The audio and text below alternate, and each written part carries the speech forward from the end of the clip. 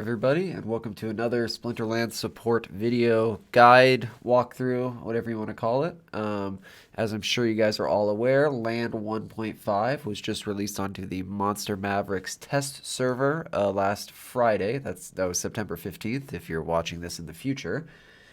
We have a whole host of written guides and walkthroughs on support.splinterlands.com for you guys to reference. A lot of those are going to be in the description here, but if there's anything else that you would need info for while testing or after that point, we have a ton of stuff there, so please do check those out. Anything that's relevant to what is in this video is also going to be in the description too. We'll do our best to make sure everything links up.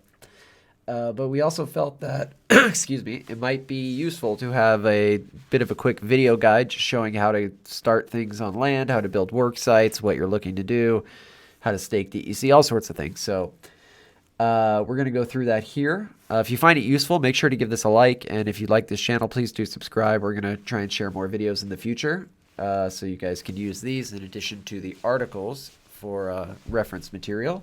And before we get going, as always, we're going to assume that you're using Keychain, Hive Keychain. If you are not, please go to hive-keychain.com. I'm flashing that up here on the screen right now.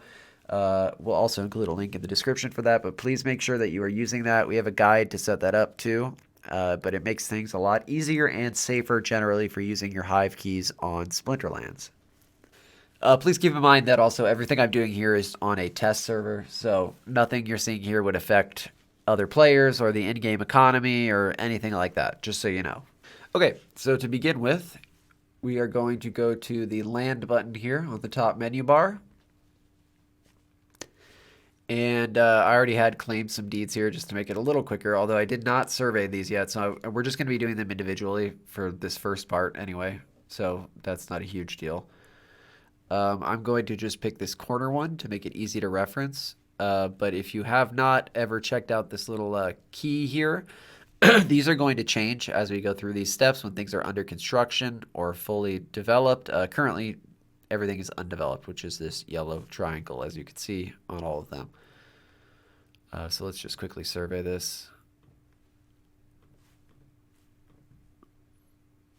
So when you arrive on a surveyed plot, you're going to see something like this with whatever type of land you have in the background here, along with other details. Maybe it's occupied by monsters or magic. You'll see other effects on here. The first thing we're going to do is click Manage here. And to start this process, you need to come here and either click Manage or any of these to get to the Manage page. I usually just click that, the purple Add Core / Runi. In order to add workers, you're going to need either a Powercore or a Runi, or both, although we'll get into that in a second. This allows you to then slot various workers in here, as well as titles and artifacts, which will be totems. As you can see here, the power slot must be filled in order to manifest workers or to utilize equipment, such as titles and artifacts. It allows for a Powercore, a Runi, or both. If slotted by itself, the Runi's existing core, as we know Runis have power cores in them, will be used to manifest battle cards for work. However, if a power core is also slotted, that Runi becomes a bonus worker. If no Runi is available, at a minimum, a power core is going to be required. So I figured rather than starting with power cores, I would go through that whole process. You can see here, add power core. Can't click it because my quantity is 0. So we're going to go to buy. Let's just buy one for now, just for the example here. Okay, we have a power core. So if you already had them, this is what you would see when you came to this page. Otherwise, you would do what I just did, bought it. Now you need to click this here. And as you add workers here, keep in mind that if you do not click Save Changes, you will lose everything if you leave this page. So make sure to always save if it's something that you want to save. Otherwise, if you want to clear it, you could. You could just go back or something, but just keep that in mind. So next, we're going to click this first worker slot. And as you can see, it's going to show a list of cards here. This list can get pretty long depending on how many cards you have, so just be aware of that. There are various ways to sort it by production points. You could do rarity, element type, depending on your type of land. That might be something you're interested in looking for because of the bonuses you can see here. In this case, so these bonuses right here from element can also be seen here. That's a plus 5% because it's green. This specifically says minus 10% in red. So that's a removes productivity for you. Let's just pick anything. It doesn't really matter. We just want to get something in that slot. And I could add more workers, but we don't really need to go through that. The idea is going to be the same for all of these slots. And here I'll just click a few of these so you can see how it sorts by them. Sort up or down by foil, highest first, lowest first, etc. If you go to titles, this is where you can add titles to get boosts to your land. And again, this is the test server, so I have all the titles here. So we'll just put a Burninator on there. And when you go to Artifact, you will see that if you don't have any totems available, you can go and claim totems, which would be from your totem claims that everyone has from the pre-sale, or if you purchase them off people. I'm going to skip that for now, but, well, actually, let's not skip that. Here, let's go. I believe I just lost my progress on that previous page, so keep that in mind if you do that. Let's just claim one totem here, one legendary totem, just for fun. Okay. So we've claimed a legendary totem. And as you can see, when we go back, all the progress was lost. So do keep that in mind. Don't make the mistake I just did. Save your changes first and then go claim your totems. That's a good lesson for this video that I made the same mistake. So let's just go back and add whatever we had. Goblin Psychic, Burninator. And then now you'll see that since we've claimed a totem, here you go, legendary totem. So yeah, make sure you claim your totems probably just before getting to this step. It's the easiest on yourself, so you don't do what I did and not think about it and click claim totems. Hopefully in the future, maybe that can be integrated in a way where we don't lose this. But for now, do that beforehand, or don't make any changes here and then do that. Okay, so when you click Save Changes, it's going to tell you the slots you're confirming here. This was the initial state of land here. Obviously, nothing was on it. And then we get to this part where we now have a Powercore, Goblin Psychic, the title, Burninator, and our legendary totem. You can see that currently, before we did all that, everything was, of course, at 0 because there was nothing there. Here's a boost that we're going to be getting from this and this. That's 150%, as you can see. This will be the production details, which we're not going to go through everything on this video because there's a lot of numbers there, but suffice to say it's all available for you to go through as you go through your land. All these details are there for you.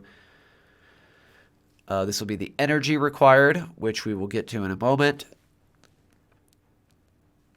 and the build per hour. So let's go ahead and just confirm this to get these saved so we don't lose anything accidentally. And that'll take you back to this main page. And before we can build a worksite, which are one of these three, a grain farm, a shard mine, or a research hut, you're going to see that it says you need to stake DEC to this region. You do not have enough dark energy in this region to power your worksite. It is already in use from powering other worksites. There aren't any other worksites here, but yeah, there could be. So as we saw on that previous page, it said energy required, 25. That's this right here. So in order to allow those workers and our worksite to be functional, we need to put at a minimum 25 DEC. Let's just put 100 for fun. Okay, 100 DEC staked. You can see now that our energy requirement's 100 out of 25, more than enough. We can click back to go to our plot. And when we come back to the plot, you will see that message is now gone. And we can build one of these three things. You'll also see that there's this build instantly with time crystals option for 150 time crystals. That icon is up here. Time crystals are created by the continuum to warp and manipulate time. They're useful for speeding up long-term activities. Currently we have 0, but this plus icon here you should recognize from up here, SPS, DEC, credits. Let's click that for time crystals. And let's just buy 1,000 of them.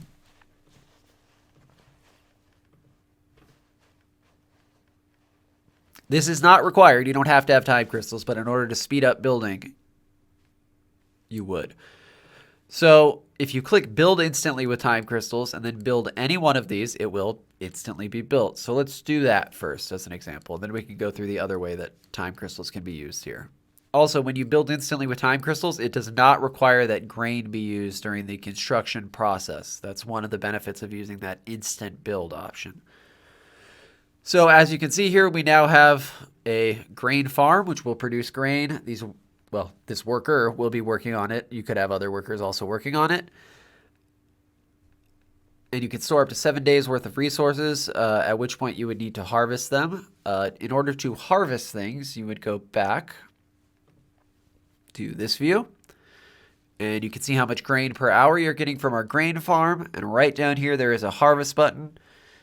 When you harvest things, it also requires grain in order to feed the workers that have been harvesting that. Otherwise, you can't get the things from the land. In this case, we are harvesting grain and paying grain to get it. But in other cases, like with a shard mine, you would be getting SPS.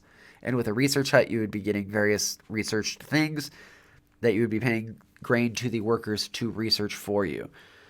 You can see here that insufficient grain for harvest. Need more grain right here. While I could go here, click plus, and then buy grain, it also gives me the option right here to just buy the remaining grain with DEC without going through the extra steps of doing that. So we can do that as well. Okay, and we harvested a very tiny amount of grain, but just as an example, that's how you would do that. Let's go back to our plot. I'm not sure what happened there. It didn't load it correctly. There we go. Okay. Let's go back to manage. So now that we have a grain farm built, say we wanted to change that to one of the other buildings. You could go to change. If continuing changing worksites, you will lose unclaimed resources. That's fine. We don't have very much there anyway. And let's say we wanted to go to a shard mine instead to mine SPS. Okay, so we're going to change to a shard mine to mine SPS. We're not going to do this option, build instantly with time crystals. Let's just click build here.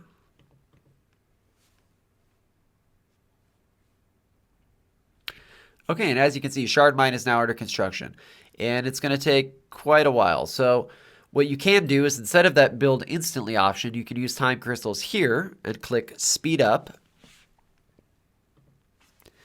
And you can speed it up by little increments. As you can see, our bar is going up there, right here. You can also just click max to do the full thing. However, keep in mind, this way does use grain when the original instant build option does not. So that's something to consider.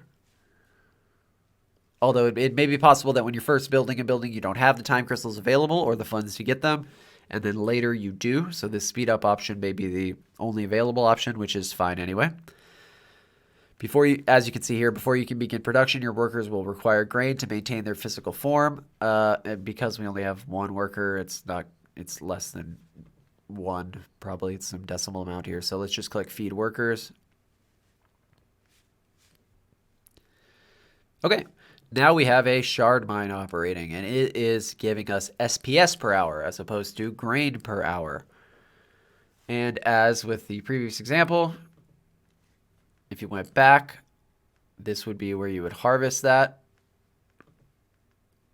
There's not going to be anything yet because it is not that much SPS per hour, less than one out 2 or 3 decimal places. But you would do the same thing as before. You would pay grain or click buy remaining grain with DEC if you don't have the actual grain balance available. Just as an example, we didn't do this, but next to this grain, there is that same plus icon that we are all used to, and this would be where you could buy grain. You would click buy. This is also where you could transfer grain. That grain plus icon is on every screen as well, so it's not just here when you're harvesting. And you could transfer grain from this region, which would be from the amount that your workers were holding on to, or from your own inventory. And you can send it to yourself. To yourself would be from this region. You would send it into your own inventory, or you could send it from your inventory to another player, or from your region to another player.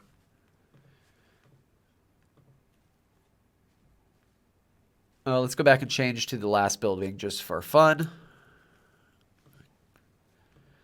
Research hut. Let's build without the time crystals as before. Okay, and you'll see that this is under construction. Before I speed it up, let's go back to the map, just so you can see the key. Under construction is these three sort of stacked rectangles that are pinkish, orangish, and you can see those right there. So that is currently under construction. Let's build it really quick, and then you come back, because I didn't actually show you the developed icon yet. So you can also speed up right here. You don't have to go all the way to that manage page, which you can get to from here. So let's click speed up. Let's just do max and get it done with for this example. You sped up construction time by using 50 time crystals. Then you need to feed the workers to complete that process, since we did not do the instant build at the start of that. Okay, let's go back and back to the map. And as you can see, developed is this blue building, and that is now what we have here on this plot right there. There is one other view that I'd like to go through here. Before we go there, just so you know, all of these do have those same plus icons as mentioned before. Staking DEC, plus icon. Buy transfer grain, plus icon. Buy time crystals, plus icon. And these are research points, which do not have them. But I wanted to go into this production view here, right here on the top. So this is going to show you all of the regions in which you have tracks or individual plots initially. That's where we start. And it's showing you all the resources that would be gained through all of them. So if you have lots of tracks across multiple regions, or individual plots across multiple regions, or you own multiple regions, this will be where you can see all of that and claim them per region. So in this region, Zastrusia, that's where that one plot is, and that tract, which is mostly unsurveyed. You get to it by clicking this arrow. And when you come to this view, this is where you would be able to harvest all for a region. So if you owned a region, or you owned a tract within a region, or a few tracts, or just individual plots, you could harvest all of those within that region right here. This is currently not functional, but it will be, so that will be something that you can do to make it much easier, so you're not going plot by plot if you own a lot of land. You can also buy grain here, transfer grain here, and stake and unstake dark energy here. So that's useful as well. And then this right arrow here takes you to this individual plot. So we went from region, click the right arrow, to the actual plot, which is the only one that we surveyed there, just to make things simple in this example, so I'm not searching through multiple plots. And if you click that, we are back here again. And as you can see, this also shows those same boosts that we had seen when we clicked manage. It's just a page before that. You know, if you go to manage, you'll see the same things, but 150% from the title and the totem. Production per hour, which is now, sorry, these are the production rates based on the monsters. Then now we're getting research per hour. It shows our energy band, dark energy, which was 25. We staked 100 just for fun. If you scroll down, you'll see those same production boosts from either rarity, resource, element synergy, or the element penalty. And the last thing to go over, I suppose, would be changing these things in your lineup. So if at any point you want to change them, you can either click to add more or click on it to change it. So you can see we currently have this guy right here, our Goblin Psychic. Let's say we wanted to instead put in a Blinding Reflector. You'll see that it still shows the Psychic here. This is our current lineup, and this would be our new lineup. And in our new lineup, we could add a second worker if we wanted to. And third even. Let's do just a different monster entirely. There we go. So current lineup, new lineup. As you see here, current, it shows those stats as they were. New, we get more production. Of course, we added 2 new monsters and changed one of them, which may or may not have different stats depending on the monster. Now we have more energy required. It's actually more than what we had staked originally, so we'll need to fix that. And then it tells us the research per hour that we'd get from all this. Same stats here. Old, new, confirm. All right, and going up here. Sorry, let me just show you where I went. I don't want to click too fast. DEC right here. We're going to click the plus icon. So as you can see, we only have 100 staked. Now we need 137 since we added 2 new monsters as well as changing one of them, which may or may not change that depending on the type of monster. So let's go ahead and add that 37 additional stake DEC. And there we go. We got 37 DEC staked on top. Now we have 137. As you can see, that turned green, meaning that it is at the level needed. There are some other things that we'll need to go through that are in more detail than this. Castles, keeps, taxes, and stuff. I'd like to put those in a separate video because this went a little longer than intended. So I think we'll try and do that before the end of this week. So keep an eye out for that. And if you like this video, again, please do like it and subscribe to the channel. If you want to be notified of new videos, click the bell icon after getting subscribed. We do appreciate that. That helps us know that people are interested in these and enjoying them. And again, thank you for watching, and we'll see you out in Pretoria.